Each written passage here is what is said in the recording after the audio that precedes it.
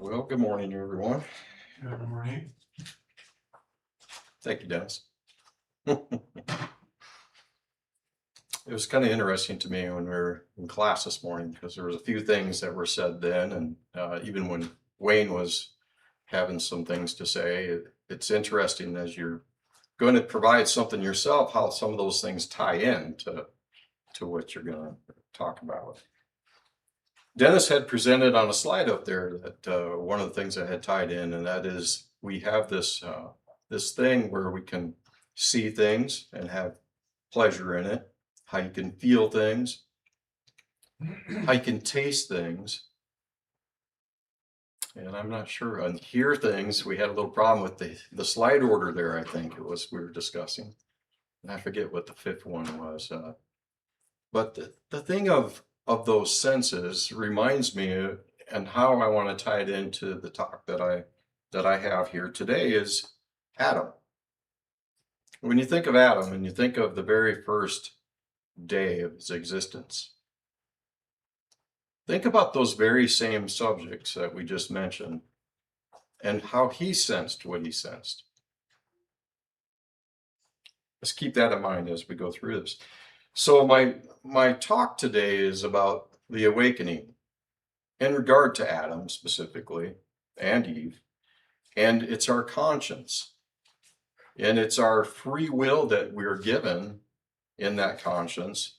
And yet, I want us to focus in the end on the way that we can get back to the tree of life, because there was a falling away from the tree of life as well. So on the seventh day of God's creation, it is plainly said that he rested because of all of his work, and he blessed it and he made it holy. In the account provided, those first 6 days are easily described in a single chapter. I want to focus on the sixth day, with the conscience of man and woman being created. In Genesis chapter 2, we are given a deeper understanding of creating man and then woman. So I want to begin in this chapter to reflect on the beginning of human existence and their being welcomed into the awareness of life. It's in this single chapter we gain perspective of what is pleasing to them, and they're gaining insight to what is good and evil. Because if you recall, we discussed it the last time I gave this lesson of where there's these things that are pleasing to us in life. And we learned about how the trees that were in the garden, there was a pleasing look to them. And we also know that there was discussion of the tree of life, and there was a tree of good and evil. We understand that when one is pleased, they can see how goodness is involved. And when evil is understood, it is likewise that we can see how it is void of goodness and good pleasure. There's also other kinds of pleasure, but that goodness pleasure, the righteous pleasure, is the one I want us to focus on. That point in time, it becomes clear as Adam is placed in the Garden of Eden that God instructs him what he can and cannot do. At this point in time, free will is not, and I want to stress not, part of Adam's possession of understanding, as we only see Adam doing the Lord's will. For example, he asked Adam to name the animals. He's just doing the things that God's asked him to do. So I may not be able to comprehend how creation was accomplished in those first few days of creation, and yet I know God knows, and I defer to him, our creator, and how all that's described could have been accomplished. So on the sixth day of creation, Adam is awakened by God's breath. by the breath of life, and so began his life experience of 930 years. 930 years of his life, that is.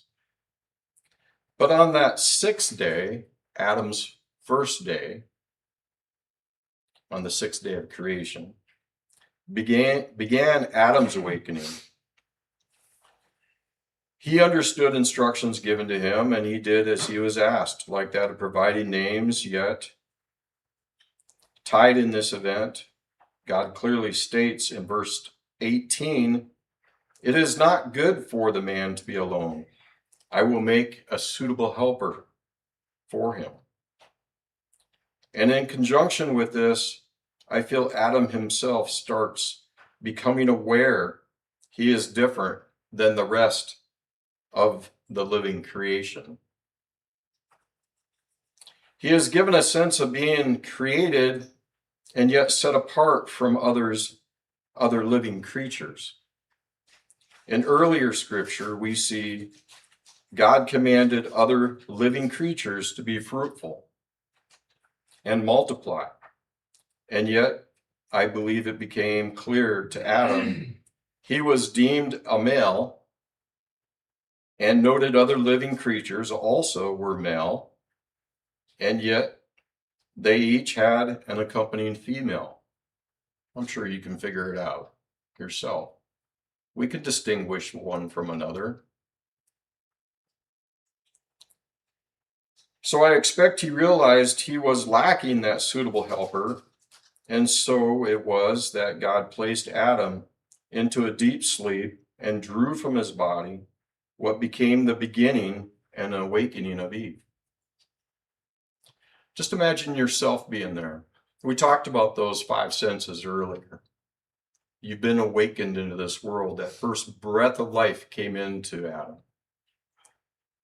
It went in, he excelled, and he was alive. The conscience, he had knowledge, but did he have that reflectiveness that each of us has? When we're born into this world, we start, I'm kind of jumping ahead here, we start in a different condition. And let's keep that in mind as we move forward here. So with that, God brought her, being Eve, to the man Adam. Now, I am certainly no expert on poetry. I think most everybody knows me, knows that's true.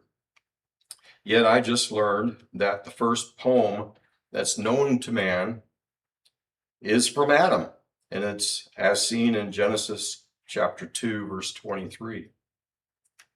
Let's read that for a moment. We've read it recently, but let's read it again. Genesis chapter 2, verse 23.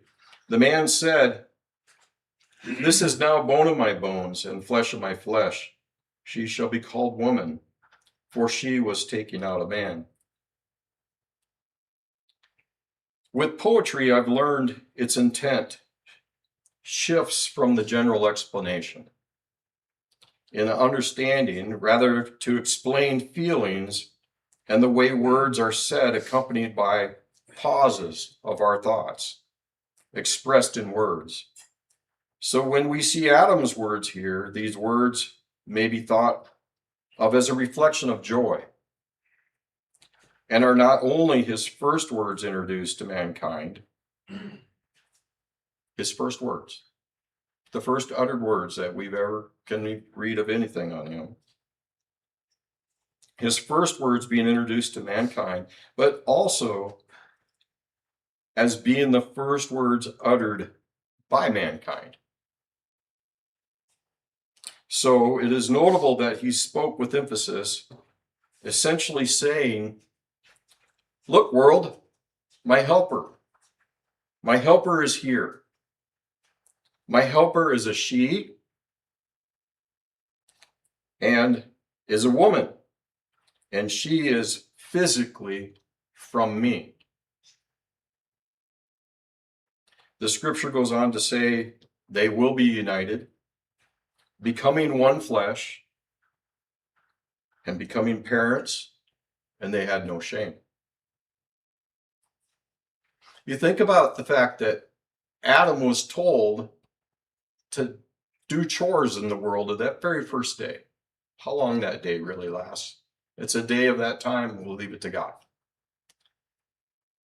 But I was talking to Vicki about this weekend, and we think about how I was taking the time to prepare for this and all the secondary thoughts and the time that's spent on putting something like this together. And yet Adam is first day already doing chores, and somehow consciousness starts becoming aware. Hey, I'm different. I am not like these four-legged beasts that are on the ground. I don't have wings, and I don't fly. I don't go under this thing called water. I am different. But why am I the only one? I'm sure that contemplation had to start being there. It was occurring in his mind. And then you think about that with regards to if that's you. And when I was saying, I was talking with Vicki about this, how much time did I take just to think about all that? And supposedly Adam is naming all the creatures of this earth. I thought it was interesting, side note, that God makes a note that he's bringing these animals to him to see what man would name them. I thought that was kind of interesting, because to me, that's kind of like the free will choice that God gives us. It's like, I know everything you can do, and likely you'll do if I judge based off your heart, but I'm also waiting to see what you're going to do. He's given Adam this little bit of free rein at this point in time. So it's at this point it becomes decisively clear there is something quite different from our experience in life compared to Adam and Eve. With them, they were born into adulthood, and we as children. God was their parent, their teacher, their mentor. They were told what to do and what not to do, and they did accordingly and enjoyed the tree of life. But the serpent, I think the fallen angel that we know as Satan, introduced himself to Eve and led her astray. And I have another side note here that I think is interesting. Satan interacted with Eve. Do we think God didn't know? God knows all things. God knows the heart of all his creatures as well. Angels are also created by God. So I thought to myself, did God just let this happen? Well, then I was in reflection of Job. God let that happen. And Satan asked, can I do it differently? And God let that happen. But what I wonder and pondered on was, did Satan think, I did it with Eve, I can do it with Job? And what I find striking, for me at least, is that God knows all things. I think God led the path to be that way. And I do think good and evil are things that were introduced into our life so we could understand how to make choices. I think God set the path. We're on the path. And through that path of life, Eve is there, Job is there, April is there. We're all experiencing these things.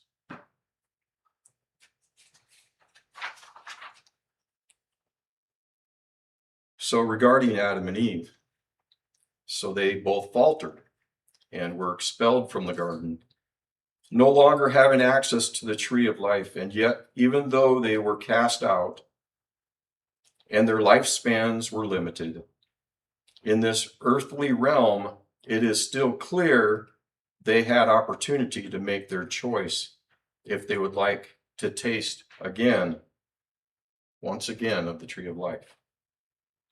That is after their physical death. If we consider the timeline that Adam lived at the same time as his great, great, great, great grandson, Enoch, and for over 3 centuries, and also likely knew Enoch's son Methuselah, then we should understand Adam had a clear understanding of who Enoch was. And then in regard to the aspect of Scripture, like in Genesis chapter 5, verse 22, which states that Enoch walked with God, and that Adam could corroborate that aspect when then likely, that is, that we can, again, with Adam being able to be there and know him.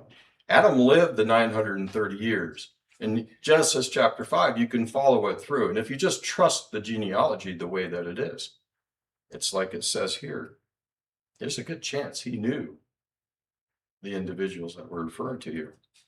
He can have that testimony for those he's interacted with.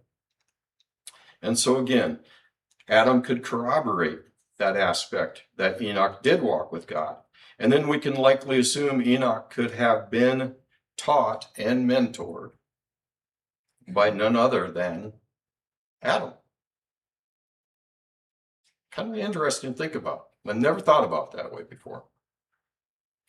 In deeper consideration with regard to insight and knowledge, Adam could have provided Enoch and all others first-person insight, as it was he, only he, and Eve that could have shared their experiences with what? The tree of life. They were there. By Eve's own deception, being decepted. Vicky gave me the positive look.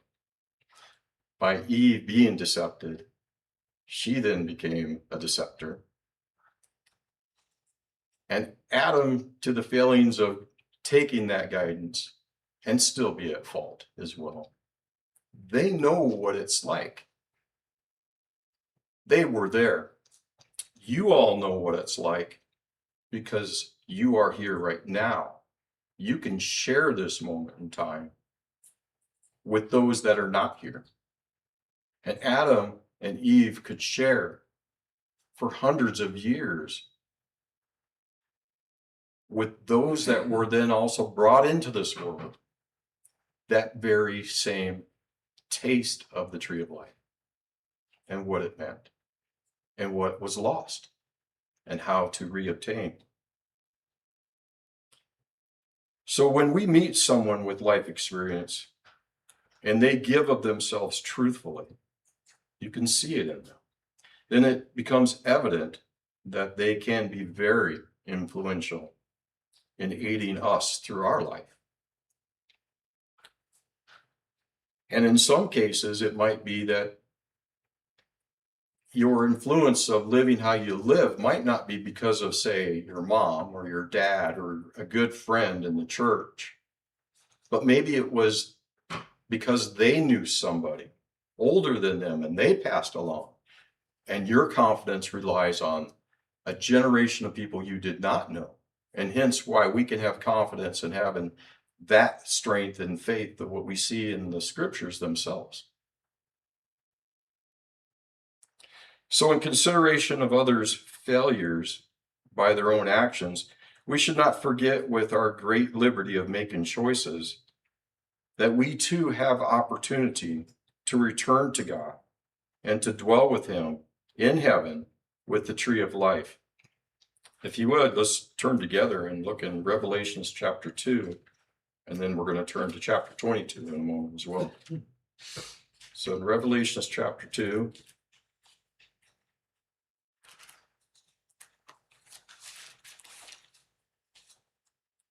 verse 7,